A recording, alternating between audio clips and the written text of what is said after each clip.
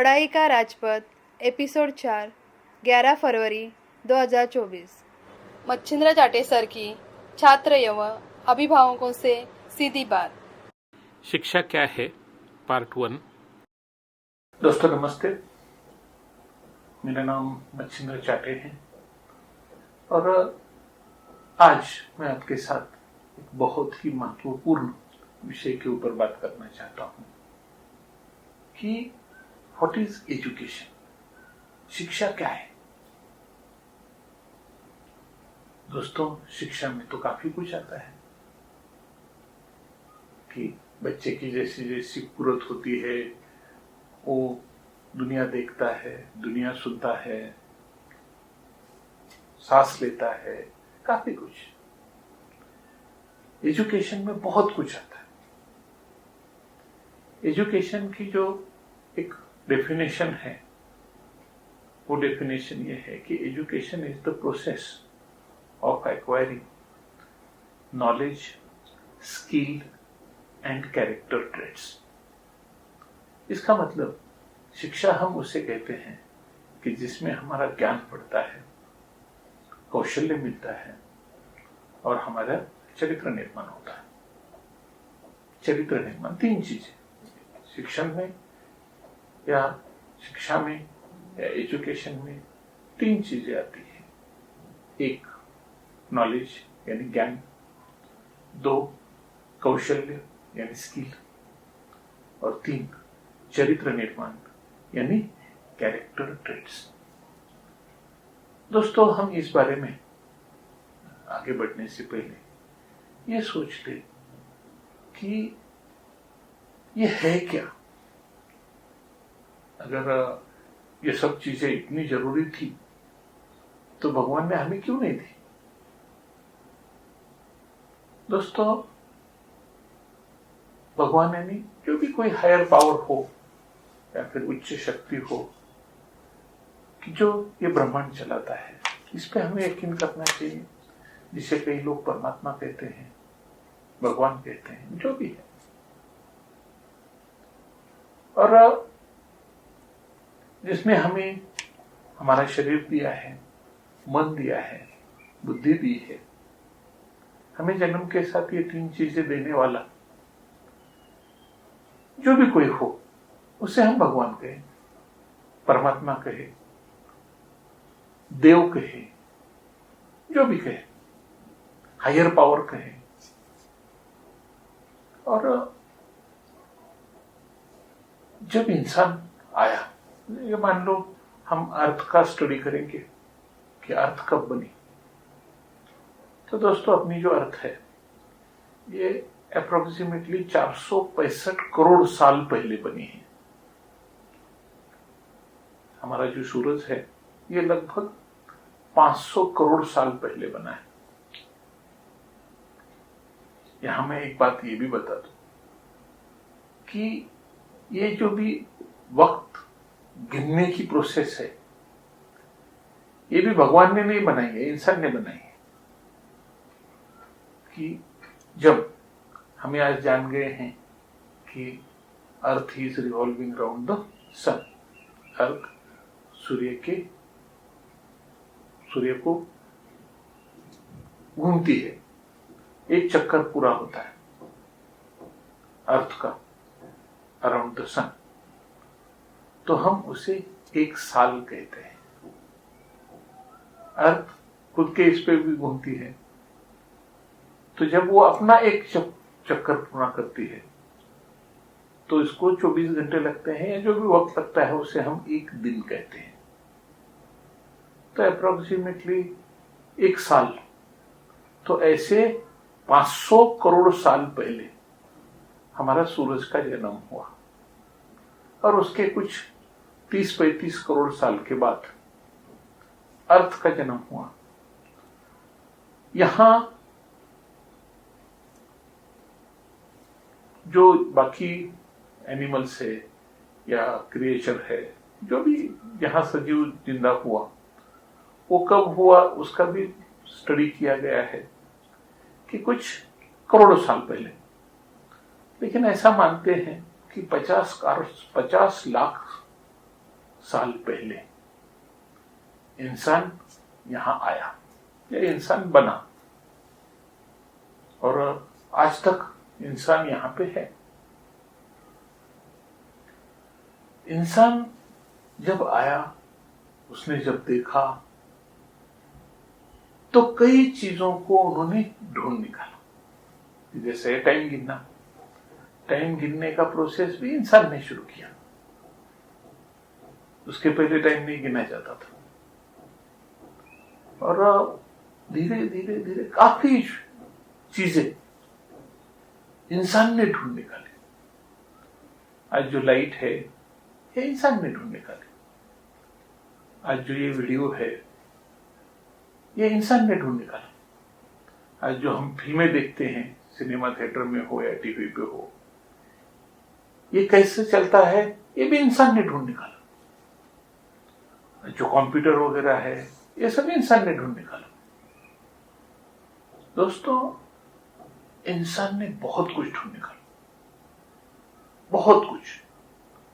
और जो भी ढूंढ निकाला, ये अगले जनरेशन को जाए, अगली जनरेशन उसका फायदा उठाए। इसीलिए ये ज्ञान एक पीढ़ी से दूसरी पीढ़ी में जाता भी रहा, और जो ज्ञान एक पीढ़ी से दूसरी पीढ़ी में नहीं गया, वो ज्ञान खत्म भी हो गया।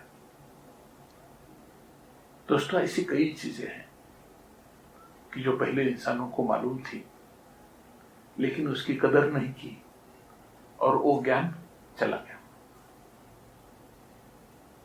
भारतीय वेद ही ले लो। भारत में सालों पहले 4 वेद लिखे गए थे, ऋग्वेद, यजुर्वेद, अथर्ववेद और सामवेद। आज ये पूरे के पूरे वेद अवेलेबल नहीं है, मौजूद नहीं है, लेकिन उसमें से कुछ हिस्सा मौजूद है। कुछ चीजें, कई चीजें, पहले कई लोगों के पास ये विद्या थी कि वो पानी पे चल सकते थे। कई लोगों के पास ये विद्या थी कि वो हवा में चल सकते थे। आज ये विद्या लुप्त हो गई। लोग ऐसा मानते हैं, नहीं नहीं गलत है ये, ऐसा कुछ नहीं। काफी चीज, कुछ चीजें जन्म ली, बढ़ती रही, निकल गई।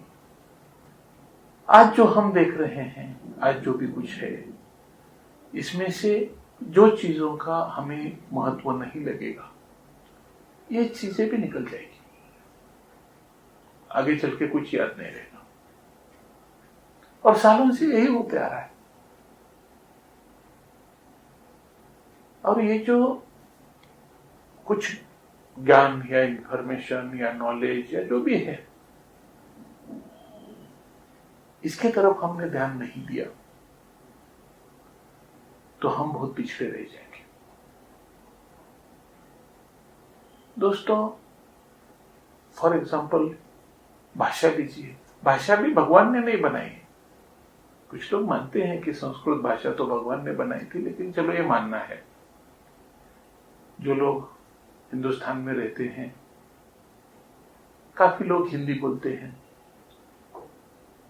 तमिलनाडु में रहने वाले तमिल बोलते हैं, गुजरात में रहने वाले गुजराती बोलते हैं, महाराष्ट्र में रहने वाले मराठी बोलते हैं।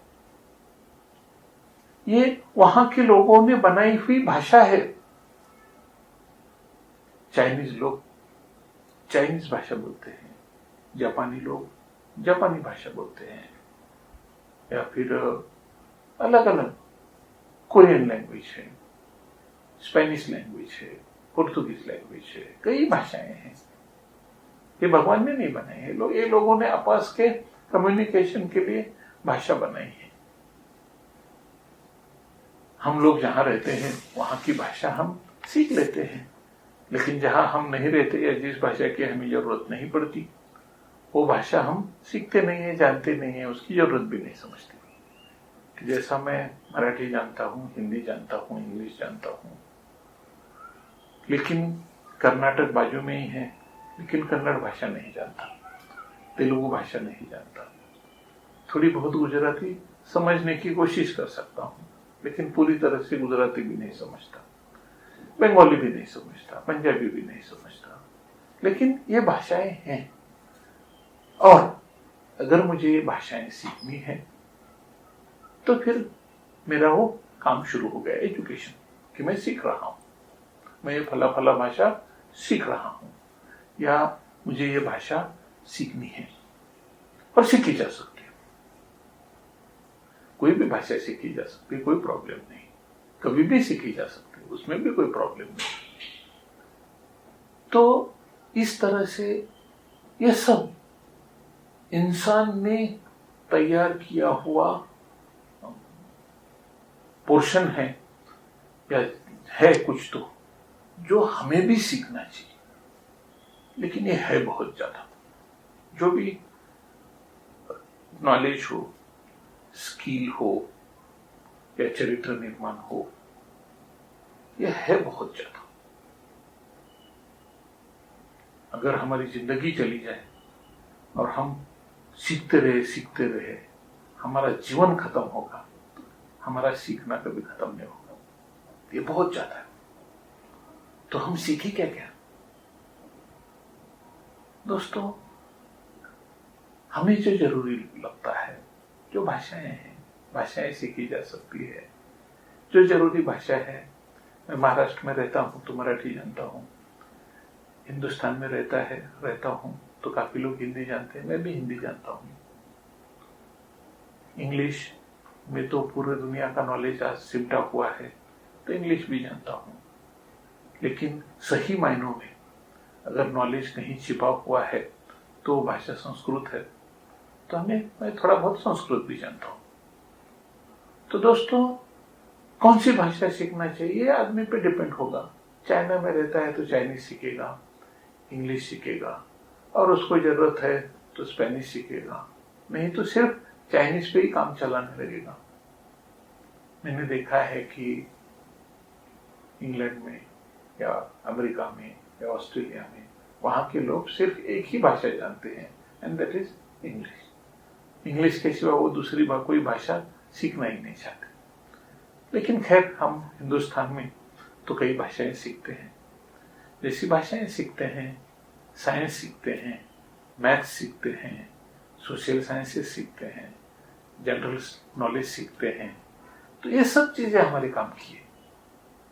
लेकिन हमें सीखना क्या क्या है? और ये यहीं खत्म नहीं होता, बहुत आगे जाता है। अगर समझो हमने डिसाइड किया कि मेडिकल का नॉलेज या हेल्थ केयर, तो वो भी बहुत ज्यादा है, और उसमें भी बहुत सेंटर, उसमें भी बहुत ब्रांचेस है। हम इंजीनियरिंग में जाएंगे तो इंजीनियरिंग में भी बहुत ब्रांचेस है। हम एजुकेशन में आएंगे तो एजुकेशन में भी बहुत है। ज्ञान बहुत ज्यादा है। जैसे जैसे हम बड़े होते जाएंगे हमको पता चलेगा कि अरे ज्ञान बहुत ज्यादा है, हद से ज्यादा है। और हमारी जिंदगी ये सब सीखने के लिए बहुत छोटी है, लेकिन फिर भी हमें कुछ सीखना तो पड़ेगा। क्या सीखना चाहिए? तो दोस्तों, भाषा सीखनी चाहिए, साइंस सीखना चाहिए, मैथ्स सीखना चाहिए, सोशल साइंसेस सीखना चाहिए, और जनरल नॉलेज बढ़ाना चाहिए, लैंग्वेजेस में ये करना चाहिए। और इस तरह से हम सब चीजों पे थोड़ा थोड़ा ज्ञान इकट्ठा, जो चीज की जरूरत पड़ेगी वो ज्ञान हमें बढ़ाना चाहिए। ज्ञान बहुत ज्यादा है और हम बहुत कम सीख सकते हैं, क्योंकि हमारा लिमिटेड पीरियड है। हम बहुत ज्यादा नहीं जी सकते। ऐसा मानते हैं कि 60 साल तक हम काम कर सकते हैं। चलो, तुम 80 साल तक भी काम कर सकते हो। आज अमिताभ बच्चन देखो, 82 साल की उम्र में भी काम कर ही रहा है। तो हम भी कर सकते हैं, लेकिन काम करने के लिए हमें सीखना भी तो जरूरी है। कुछ ना कुछ एक बेसिक हमें सीखना ही चाहिए। मेरा प्रयास रहेगा कि इस चैनल पे मैं आपको एजुकेशन के बारे में क्या क्या सीखना है, एजुकेशन की कंसेप्ट तो मैंने आज बताई कि process of acquiring knowledge, skill and character traits is called education. तो दोस्तों, ये एजुकेशन हम कैसा लेते रहे और क्या करना चाहिए, इसके ऊपर हम अगले एपिसोड में फिर बात करेंगे।